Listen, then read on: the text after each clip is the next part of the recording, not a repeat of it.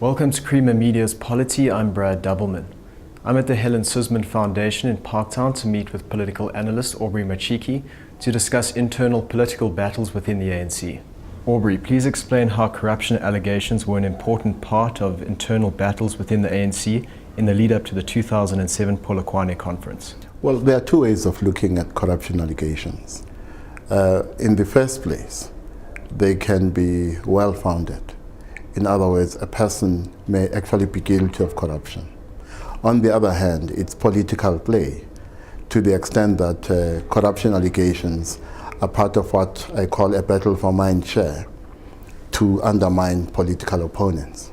And in the ANC, particularly in the period leading up to Polokwane, there was quite a fierce battle for mindshare. And the aim of this battle for mindshare was to portray political opponents negatively. And the way it worked is that when corruption allegations were made, those who were being accused would then allege that their opponents are using state resources which themselves are being employed as part of a political agenda against them. Whereas on the other hand, the accusers may have relied on corruption allegations with the aim of winning the battle for mindshare. Because at the end of the day, corruption allegations do not have to reach a court for the accused to be undermined. If there is a guilty verdict in the court of public opinion, that will be enough in some cases to undermine a person politically. You say that corruption allegations have the potential to deliver important political dividends. How so?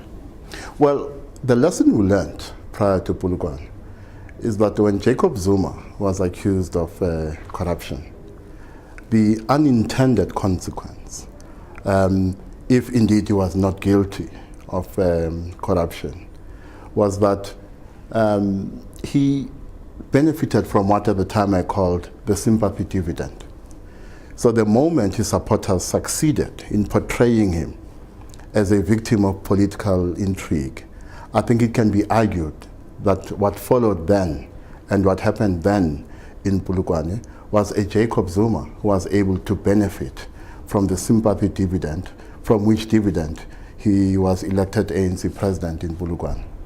How do you suspect that these corruption allegations and internal battles will intensify in the lead up to the conference in Mangaung? Well, interestingly, it seems we're more or less back to where we were at the same point prior to Polokwane. Because once again, key players or people who are thought to be key players in the upcoming leadership and political battles are facing corruption allegations. And what I expect will happen is that in response, they will accuse the accusers of using corruption allegations to perpetuate a political agenda against them.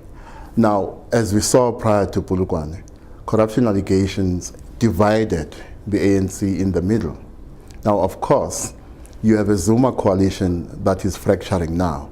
And interestingly, some of those who defended Zuma when he was facing corruption allegations are now facing corruption allegations themselves and may want to argue that their political enemies who were allies in Polokwane are part of a political agenda to undermine them. To what extent will the ANC leadership battle be dictated by personal battles as opposed to policy issues? Well, depressingly, it seems to me that policy debates tend to be proxy debates or proxy arguments for other things. So when a person expresses a policy view, the person may at the same time be trying to express a leadership preference. So when a person expresses a view about nationalization, he may not actually be positing a genuine policy view, but may be positing a preference with regard to who should be elected leader of the ANC in Mangaung. Please explain the role of the media in these battles and how it can avoid being subject to ANC factions. Well, the media is a major site of battle, especially in the context of a battle for mindshare. So what we saw prior to Polokwane and what we're beginning to see now is what people call the product of investigative journalism. For me, there are two kinds of investigative journalism. There is genuine investigative journalism, where the media deploys resources, human and otherwise, to come to the bottom of the truth. But sometimes what people call investigative journalism is simply a walk to the pigeonhole, where they find a brown envelope.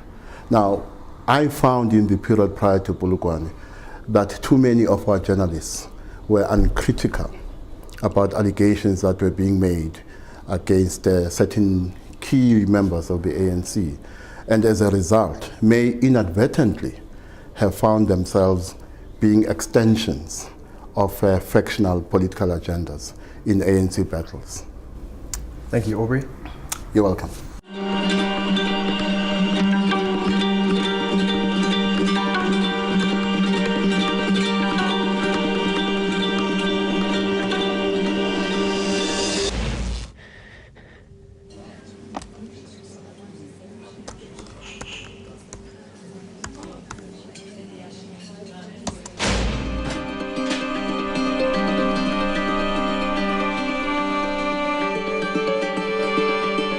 Donate now and give 15 Rand a month. SMS JOIN to 41486.